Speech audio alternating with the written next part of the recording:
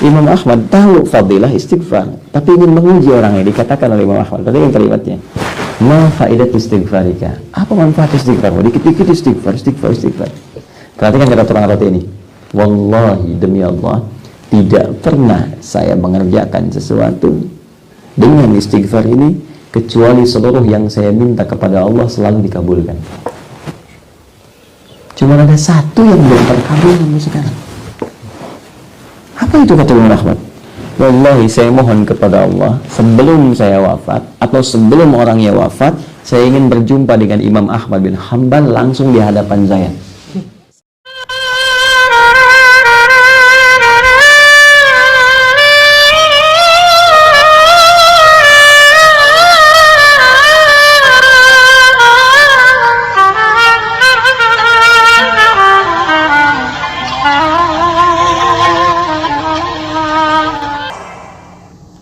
Bismillahirrahmanirrahim. Assalamualaikum warahmatullahi wabarakatuh.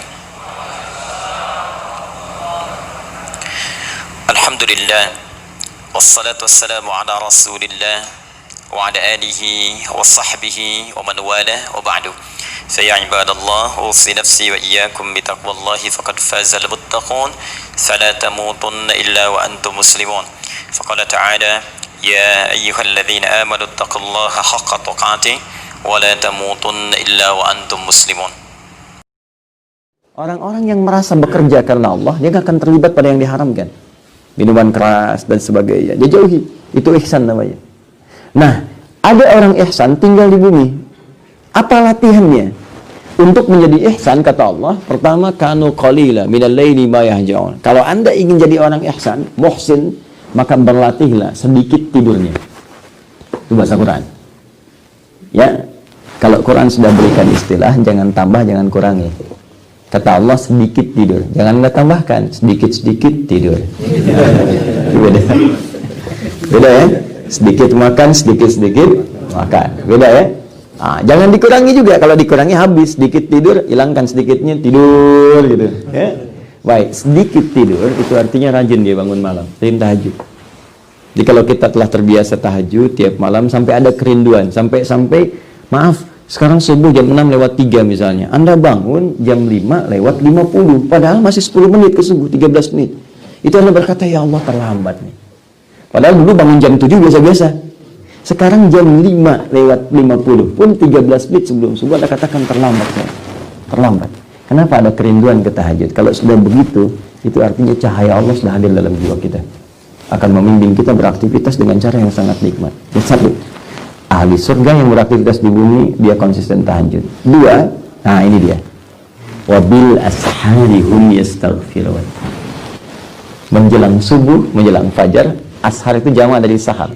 Sahar itu waktu singkat menjelang subuh. Jadi ada orang yang tak ingin ketinggalan subuh, bangun sebelum subuh. Sambil nunggu subuh, dia tahajud. Ya, ketika selesai tahajud, tersisa waktu sebelum fajar, sebelum datang. Dia lihat rumus tadi. Perhatikan rumusnya. Ya Allah kan sampaikan, waktu fajar itu semua bacaan didengar oleh Allah. Karena itu ada orang nggak ingin ketinggalan, dia bangun sebelum fajar. Dan ada hadis qudsi di situ. Ada hadis qudsi. Perhatikan teman-teman sekalian, ketika Anda bangun, kata Quran, orang itu punya amalan wabil ashari. Dia khususkan sebelum subuh itu untuk istighfar kepada Allah. Astagfirullah, astagfirullah, astagfirullah. Nanti di Quran surah ketiga, Ali Imran, itu di ayat ke-17, ya, sampai nanti ke-18, teman-teman paling kiri sebelah atas di mushaf, itu nanti orang ini akan dikumpulkan di surga dengan 3-4 golongan lain. As-sabirina, was-sadiqina, wal-qanitina, wal-munfiqina, wal-mustaghfirina bil ashar. Ada orang yang masuk surga spesial, as-sabirina, orang sabar. Awas, as-sabirina, was-sadiqina, orang ahli sedekah. Kemudian wal-qanitina, orang yang salatnya khusyuk, wal-munfiqina, orang ahli infak. 5, wal-mustaghfirina bil ashar, orang yang rajin istighfar sebelum subuh. Saya tanya pada teman-teman, gini cara memahaminya. Ini ada waktu nih, 5 menit. Selama 5 menit itu kalau berdoa, semua doa berpotensi akan dikabulkan. Semua doa berpotensi akan dikabulkan. Saya tanya, jenengan mau minta apa? Ada waktu 5 menit yang kalau berdoa akan dikabulkan. Mau minta apa? Naik haji. Haji. Apa lagi? minta meninggal dalam keadaan Islam. Meninggal dalam keadaan Islam 150 itu minta jodoh ya, semua diminta kan, semua diminta kan. Cari yang baik-baik. Nah, Allah ajarkan satu kalimat yang kalau disebutkan semua yang kita butuhkan dikasih. Satu kalimat aja kalau kita bacakan itu semua diberikan. Ya, minta ini. Aku ajarkan satu kalimat kata Allah. Anda bacakan itu, semua yang dibutuhkan diberikan seketika. Apa itu? Istighfar. Istighfar itu cara paling cepat untuk mengabulkan doa. Makanya sebelum berdoa kita selalu diajarkan lagi untuk istighfar. Coba selesai salat kan kita istighfar kan? Astagfirullah. Ya? La ilaha illa huwal hayyul qayyum tubu ilaih. La ilaha illallah wa la syarika lahu wa kulli syai'in qadir. Minallahu man tasalam dan seterusnya. Kenapa dibuka dengan istighfar? Karena nanti setelah itu dan kalimat thayyibah ada doa di ujungnya. Nabi mengajarkan doa. Dibuka dengan istighfar itu rumus. Makanya orang yang rajin istighfar dalam setiap kesempatan, modul astagfirullah. Nah, hanya setiap salat itu berpeluang doanya dikabulkan bahkan sebelum dia minta. Saya pernah kisahkan di beberapa tempat kisah tentang pembuat roti. Pernah dengar nggak?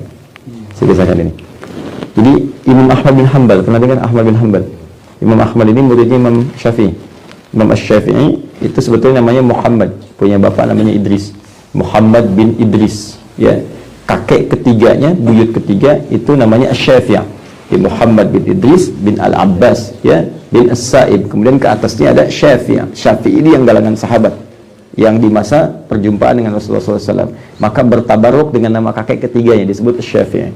Ya, lahir tahun 150 Hijrah, punya murid yang lahir tahun 164 Hijrah namanya Ahmad bin Hanbal. Imam Ahmad ini soleh, hafal Quran, hafal hadis, banyak hafal hadis. Satu ketika beliau tiba-tiba pengen main tuh ke Mesir. Datanglah kemudian ke satu tempat. Ketika sampai di satu tempat, ke masjid istirahat karena capek. Masuk masjid lah seperti ini. Itu imam besar. Cuma kak zaman dulu, mohon maaf ya, kan belum ada seperti ini, ada handphone, ada media sosial, ya, bisa selfie, pasang status kan. Nah, jadi orang tahu Imam Ahmad tapi nggak pernah lihat mukanya seperti apa. Kalau sekarang kan tahu muka nggak tahu nama kan, banyak gitu kan. Baik, sekarang Imam Ahmad dulu begitu, terkenal di mana-mana. Imam Ahmad, cuman nggak pernah lihat wajahnya. Tiba-tiba datang ke masjid, tiduran, istirahat, diusir oleh marbot masjid. Saya besar, ulama besar diusir oleh marbot masjid. Jangan tiduran di sini, keluar katanya. Oh, Imam Ahmad tahu fikih, tapi nggak bilang saya Ahmad, tidak. Dia hanya katakan saya mau istirahat. Lah.